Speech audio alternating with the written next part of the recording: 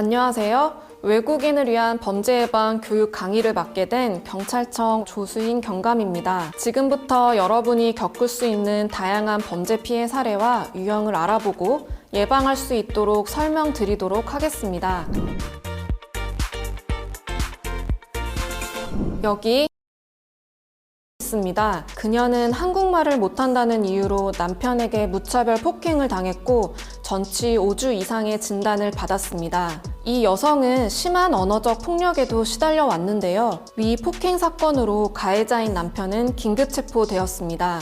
위와 같은 것을 우리는 가정폭력이라고 하죠. 가정폭력은 남편과 아내, 부모와 자녀, 형제, 자매 및 기타 동거 가족을 포함한 가족 구성원 중에 한 사람이 다른 구성원에게 의도적으로 물리적인 힘을 사용하거나 정신적인 학대를 통하여 고통을 주는 행위를 말합니다. 가정폭력의 유형은 어떤 것들이 있을까요? 흔히 가정폭력하면 신체적인 폭력만 생각하기 쉬운데요. 가정폭력의 유형은 더 넓습니다. 경제활동의 통제, 방임 등의 경제적 폭력, 성학대와 언어적 학대 등 정서적 폭력도 가정폭력에 해당합니다. 비난, 피해자를 학대하는 모습을 자녀에게 보여주거나 협박도 가정폭력에 해당합니다. 가정폭력은 이 유형들이 한 가지 이상 복합적으로 발생하는 경우도 상당히 많습니다. 가정폭력에 대한 잘못된 통념들이 참 많습니다. 첫 번째, 맞을 짓을 했으니까 맞는다? 아닙니다.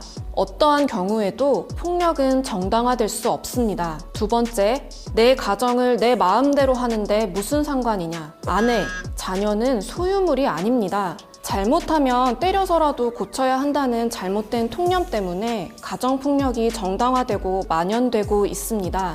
세 번째, 가정폭력은 가정 내의 문제로 이웃, 사회에서 개입해서는 안 된다? 아닙니다. 가정폭력은 사회를 무너뜨리는 범죄 행위이자 사회 문제이고 법적인 문제입니다. 이웃과 사회, 정부가 개입하여 피해자를 보호하고 폭력을 제지해 행위자의 폭력성을 교정하고 치료해야 합니다. 그렇다면 가정폭력이 일어났을 때 어떻게 해야 할까요? 우선 경찰에 신고해 도움을 요청해야 하며 현장에서 바로 벗어나야 합니다. 폭행을 당했을 때는 폭행 부위를 촬영하거나 병원에서 진단서를 받는 등 증거를 확보하시기 바랍니다. 가정폭력 신고를 하면 경찰은 즉시 현장에 출동하여 응급조치를 실행할 수 있습니다. 심할 경우 피해자는 경찰관에게 긴급 임시조치를 요청할 수 있습니다. 긴급 임시조치는 가해자로부터 오는 전화, 문자를 막고 가해자가 피해자의 집과 직장 근처에 오지 못하게 하는 제도입니다. 만약 상황이 긴급 임시조치보다 더 심각할 때는 접근금지 처분이 가능합니다. 또한 경찰 신고 외에도 여성 긴급 상담 전화 1366과 다누리 콜센터에서도 도움을 받을 수 있습니다.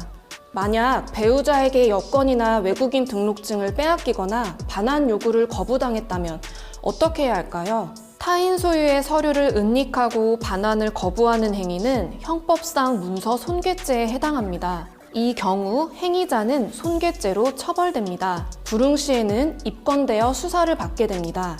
가정폭력은 사적인 영역이 아닙니다. 가정폭력의 위험에 노출되고 있다면 두려워 말고 경찰에 꼭 도움을 요청하세요. 이번에는 한 소년의 이야기를 들려드리겠습니다. 소년은 몇 년 전 외국인 근로자 아버지와 함께 한국으로 왔습니다. 적응을 어려워하던 중 아버지에게 체벌을 당하기 시작했습니다. 체벌뿐 아니라 심지어 하루에 한 끼도 먹지 못한 날도 많았습니다.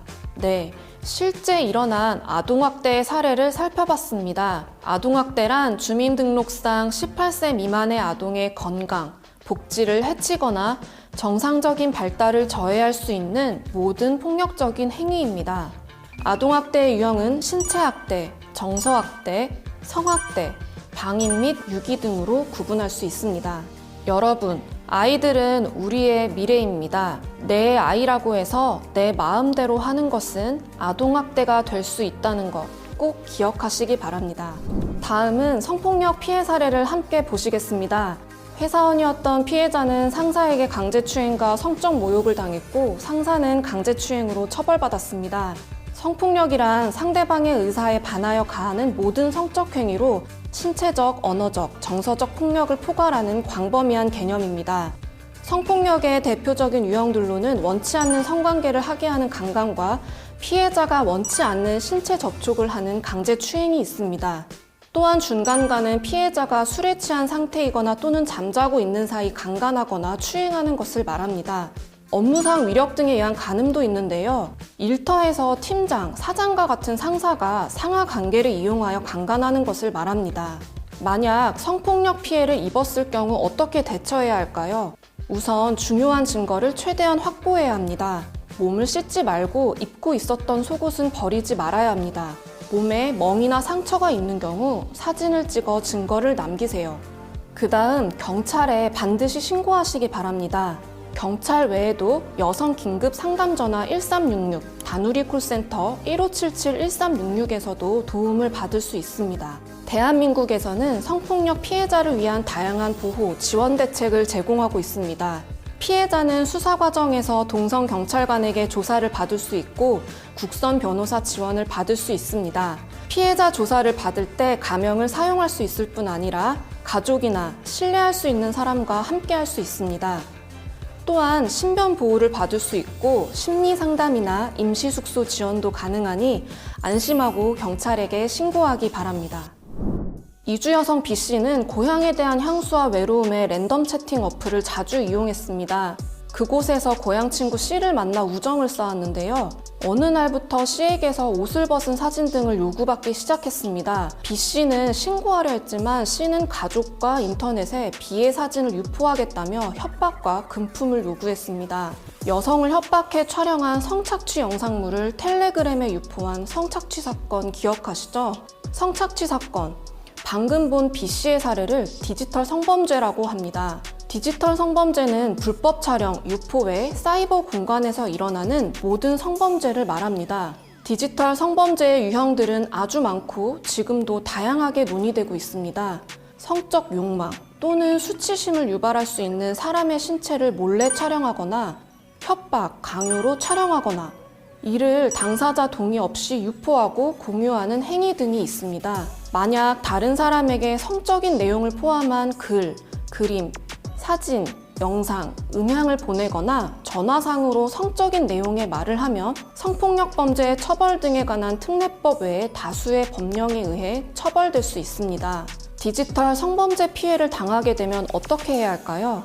우선 증거 자료를 삭제하지 말고 저장하여 경찰관에게 피해 사실과 함께 신속하게 신고하세요. 경찰서를 방문하기 어려우면 온라인상으로도 신고할 수 있습니다. 경찰청 홈페이지에 접속하거나 모바일 앱 사이버캅을 설치하면 됩니다. 디지털 성범죄 피해 영상물에 대한 전문적, 지속적인 삭제 지원이 필요할 경우에는 디지털 성범죄 피해자 지원센터에서 도움을 받을 수 있습니다. 여러분, 디지털 성범죄는 중대한 범죄입니다. 불법 촬영물을 보거나 업로드, 공유하는 행위도 명백한 범죄입니다. 절대 해서는 안 되겠죠? 또한 디지털 성범죄로 피해를 입은 분은 두려워하지 마시고 적극적으로 신고하여 도움을 받으시기 바랍니다. 여러분, 갑자기 검찰청이나 경찰서 전화번호로 전화가 온다면 어떻게 하시겠습니까? 실제로 경찰과 검찰로 사칭하거나 번호를 조작하여 범죄에 연루되었다며 금품이나 개인정보를 요구하는 사례는 굉장히 많습니다. 이렇게 보이스피싱은 전화로 수사기관이나 금융기관을 사칭하며 상대방을 속여 돈을 가로채는 대표적인 금융사기입니다. 여러분이 만약 보이스피싱을 당했다면 즉시 112로 전화하세요. 그러면 경찰이 금융기관으로 연결하여 임시로 계좌를 정지할 수 있게 도와드립니다. 자, 이제 보이스피싱을 예방하는 방법에 대해 알아보겠습니다. 모르는 번호로 전화가 오면 끊으세요.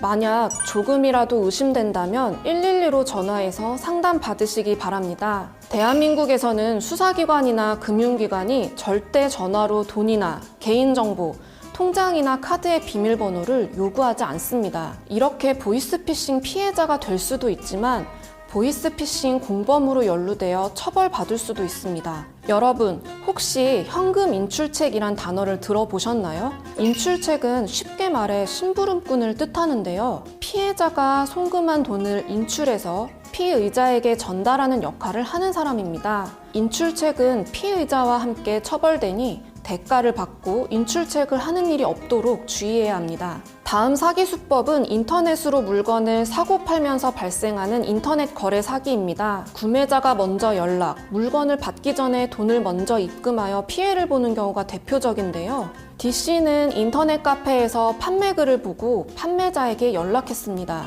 판매자는 돈부터 먼저 입금해 달라고 했고 D씨는 송금했는데요. 이후 물건을 보냈다는 발송 문자를 받고 기다렸지만 받지 못했습니다. 뒤늦게 카페에 접속했지만 이미 폐쇄되었고 관리자는 연락이 두절되었습니다. 인터넷 사기는 정말 많이 일어나는 사기 범죄 중 하나입니다. 피해를 입지 않기 위해서는 되도록 판매자와 직접 만나 거래하고 받은 물건을 꼼꼼히 확인해야 합니다. 경찰청 사이버 안전국이나 더 치트 사이트에서 판매자 연락처를 검색하면 사기로 신고된 범죄가 있는지 거래 전에 확인할 수 있으니 참고하시기 바랍니다. 다음은 대포 통장에 대해 알아보겠습니다. 대포 통장이란 개설한 사람과 실제 사용하는 사람이 다른 비정상적인 통장을 말합니다. 범죄자들은 자기 명의의 통장을 사용하면 경찰이 쉽게 찾아낼 수 있어서 다른 사람 이름을 빌려 통장을 사용합니다. 명의가 다른 통장을 사용하는 것,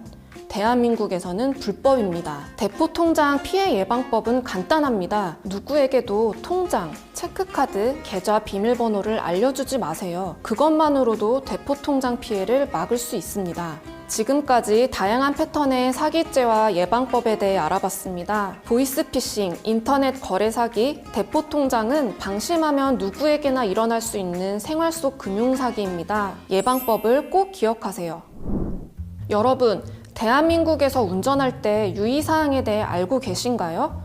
첫 번째로 본국에서는 운전할 수 있더라도 대한민국에서 운전면허가 없으면 무면허이며 운전할 수 없습니다. 또한 술을 마시고 자동차, 오토바이를 운전하거나 자전거를 타는 것은 음주운전에 해당하므로 절대 해서는 안 됩니다.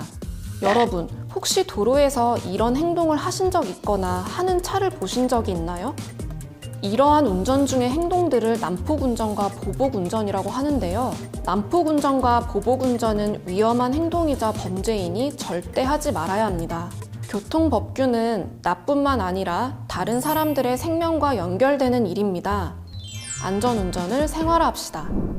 다음 살펴볼 범죄는 도박입니다. 도박이란 금품을 걸고 승부를 겨루는 것을 말합니다. 각 나라마다 도박에 포함되는 게임이 다르지만 대한민국에서는 금품을 걸고 하는 게임은 전부 도박에 해당합니다. 도박죄뿐 아니라 대한민국에서는 도박할 장소를 제공하는 도박 개장죄가 있습니다. 도박을 하지 않고 단순히 장소만 제공해도 도박 개장죄로 처벌받을 수 있습니다. 대한민국에서 도박 행위는 불법이며 처벌받을 수 있습니다. 다음 알아볼 범죄는 마약입니다. 마약을 범죄로 처벌하지 않는 나라도 있습니다. 하지만 대한민국에서는 마약, 향정신성 의약품, 대마를 단순히 소지하거나 사용하는 것을 범죄로 처벌하고 있습니다. 가장 대표적인 마약류는 아편, 대마초, 코카인, 엑스터시, LSD가 있습니다. 이들은 투약은 물론 수출입, 판매나 구입, 집에서 재배, 종자 소지하는 건 모두 범죄 행위라는 점 꼭 알아두시기 바랍니다. 내 몸을 망칠 뿐 아니라 사회에 심각한 피해를 줄 수 있는 마약. 마약은 단순히 소지하기만 해도 처벌받을 수 있습니다. 지금부터는 불법 체류자 통보 의무 면제 제도에 대해 알아보겠습니다. 용어가 상당히 어려운데요. 간단히 말씀드리면 불법 체류자가 범죄 피해를 당해 경찰 조사를 받게 될 경우에는 불법 체류자라는 이유로 출입국 관리사무소에 보내지 않는 제도입니다. 이 제도는 모든 범죄에 해당하는 것은 아니지만 대부분의 범죄 피해가 해당되니 알아두면 좋습니다. 만약 불법 체류자가 교통사고 피해자라면 무면허 운전을 했더라도 통보 의무 면제 대상으로 출입국 관리사무소에 통보되지 않습니다. 다음으로 성매매 피해 불법 체류 여성의 경우를 알아볼까요? 단순 성매매 불법 체류 여성은 출입국 관리법 위반으로 범죄 피해자이므로 원칙적 통보 대상입니다. 그러나 만약 불법 체류 여성이 폭행, 감금, 협박 등에 의한 성매매 피해자임이 명백하다면 통보 의무 면제 대상이 됩니다. 마지막으로 불법 체류자가 근로를 강요당하는 경우가 있습니다. 고용, 근로 과정에서 불법 체류자가 업주에게 폭행, 협박 또는 감금 등으로 부당하게 근로를 강요당하면 범죄 피해자로서 통보 의무 면제 대상이 됩니다. 불법 체류자 통보 의무 면제 제도는 법의 사각지대에 있는 불법 체류자들이 범죄 피해를 당하고도 강제로 추방될 것이 두려워 신고하지 못하는 것을 막기 위해 생긴 제도입니다. 주변에 범죄 피해를 입고도 불법 체류라는 신분 때문에 경찰 신고를 주저하고 있다면 꼭 알려주시기 바랍니다. 유학생도 아르바이트를 할 수 있을까요? 네, 출입국 관리사무소에서 허가를 받으면 가능합니다. 원칙적으로 영리, 취업 활동은 금지되어 있습니다. 하지만 시간제 취업, 즉 아르바이트는 사전에 허가를 받으면 가능합니다. 제가 지금부터 하려는 이야기는 외국인이 한국에서 취업을 할 때 유의해야 할 것들입니다. 먼저 유학생이 할 수 있는 아르바이트 종류에 대해 알아보겠습니다. 학생이 할 수 있는 업종, 단순 노무직이나 일회성 활동은 가능합니다. 하지만 유흥주점에서 도우미를 하거나 공장 제조업, 첨단산업연구소, 개인 과외는 금지하고 있습니다. 출입국 관리사무소에 사전 허가를 받더라도 시간 제한은 꼭 지켜야 하는데요. 학부, 어학 연수 과정은 일주일에 20시간 이내여야 하고요. 석사, 박사 과정은 일주일에 30시간 이내여야 합니다. 아르바이트 기간은 1년간 제약 기간 내에 한해 연장은 가능합니다. 단 학기에 70% 이상 이수, 평균 비학점 이상을 획득해야 합니다. 유학생만 아르바이트가 가능할까요? 아닙니다. 아르바이트 가능 여부는 체류 자격에 따라 다른데요. 다만 본인의 체류 자격 외에 취업 활동은 불가합니다. 다음은 결혼 이주 여성분들이 취업 활동 시 주의해야 할 부분입니다. 그 예로 한국인과 결혼한 딸의 출산을 돕기 위해 가족 초청 비자로 온 가족들이 있었습니다. 그런데 이들이 취업 활동을 하여 출입국 관리사무소에서 단속하였고 결국 강제 퇴거된 일이 있었습니다. 이처럼 가족 초청 시 방문 동거 비자로 체류를 연장하는 경우에도 원칙적으로는 취업이 불가합니다. 대한민국에서 외국인이 살아가는 데 가장 중요한 부분인 취업과 관련된 주의사항을 알아봤습니다. 구체적인 내용은 출입국 사무소에서도 확인이 가능합니다. 지금까지 다양한 범죄 사례와 대처, 예방법에 대해 알아봤습니다. 어떠셨나요? 이 내용들은 대한민국에서 정말 쉽게 만날 수 있는 것들이기 때문에 잘 기억해 두시기 바랍니다. 한국에서 안전하고 건강하게 생활하셨으면 좋겠습니다. 감사합니다.